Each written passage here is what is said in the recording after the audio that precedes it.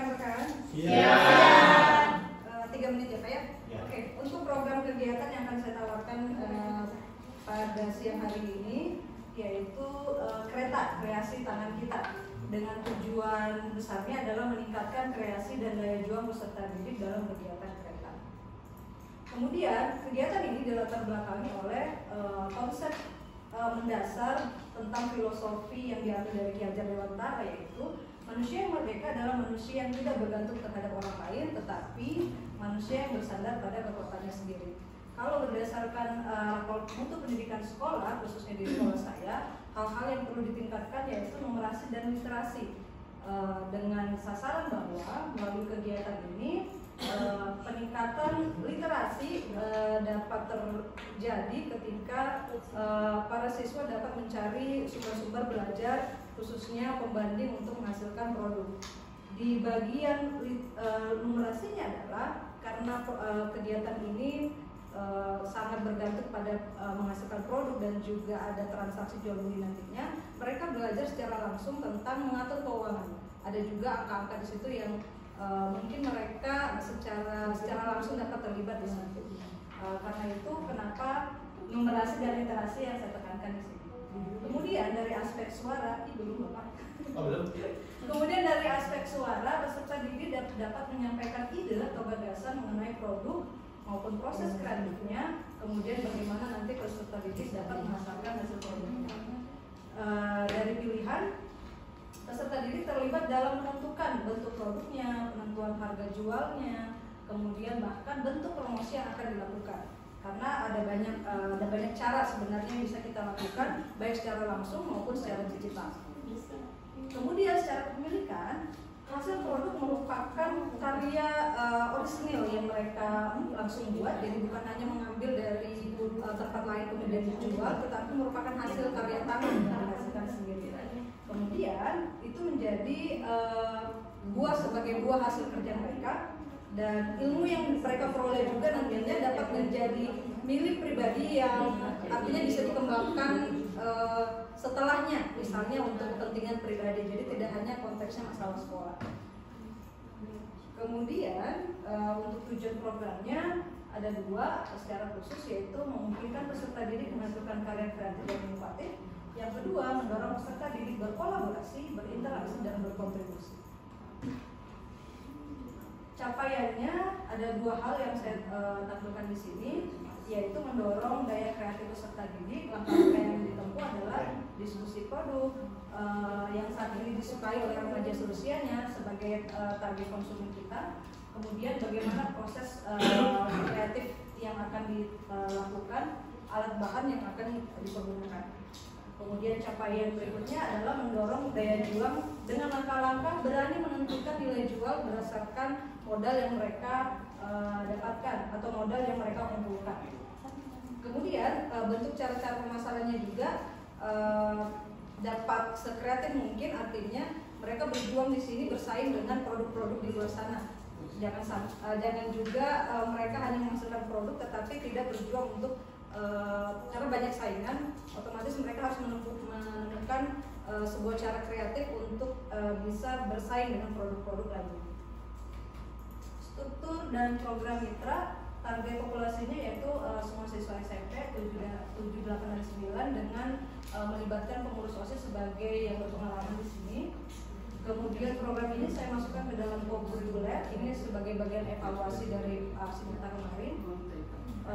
Kegiatan ini dapat dan sudah dimulai dengan kegiatan per kelas dalam rangka menambah uang kas kelas. Kemudian mitra utama yang terlibat yaitu dukungan kepala sekolah, wakil kepala sekolah, pengurus OSIS, pelatih atau narasumber, dan juga peserta.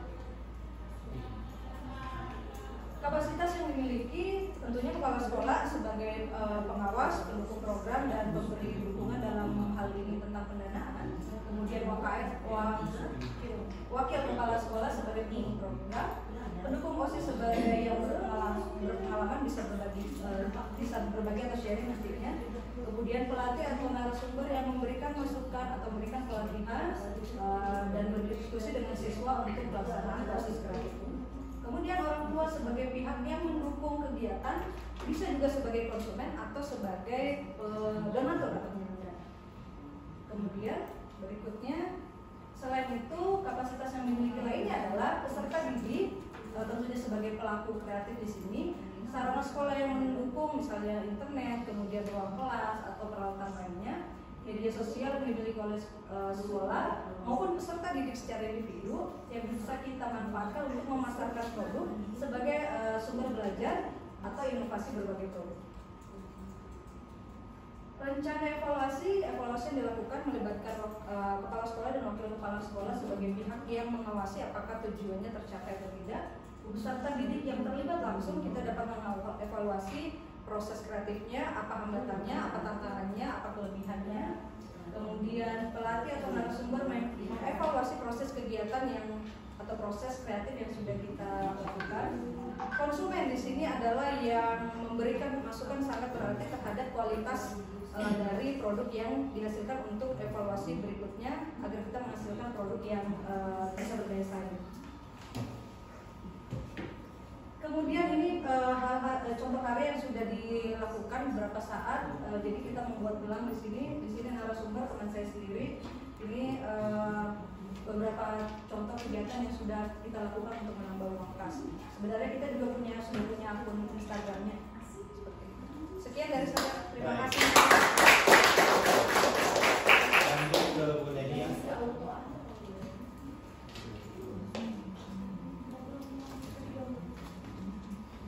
Bismillahirrahmanirrahim. Assalamualaikum warahmatullahi wabarakatuh. Waalaikumsalam warahmatullahi wabarakatuh. Untuk program yang saya lakukan di Sekolah SDN 27 Cempaka Arum yaitu dengan programnya Satali, di mana Satali itu adalah singkatan dari Satuan Petugas Anti Bully.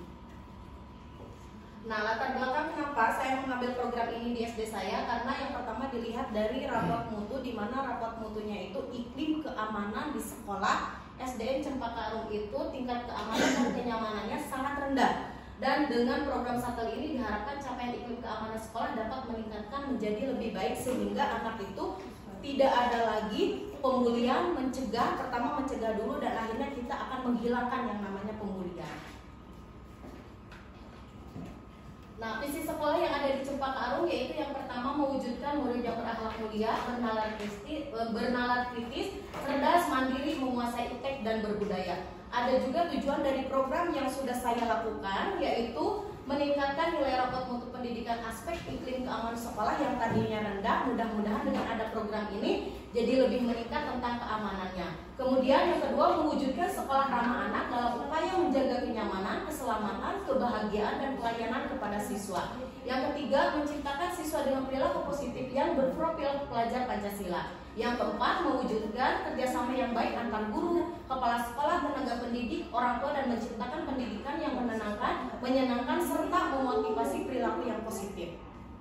Nah, ini ada pencapaian langkah dan hasil yang diharapkan dari program yang sudah saya buat. Yang pertama yaitu capaiannya murid memiliki sikap positif dalam keseharian dengan tidak melakukan perilaku bully terhadap teman maupun guru dan sebaliknya. Kedua, memiliki rasa kasih sayang, peduli, melindungi tanggung jawab terhadap temannya tanpa memandang.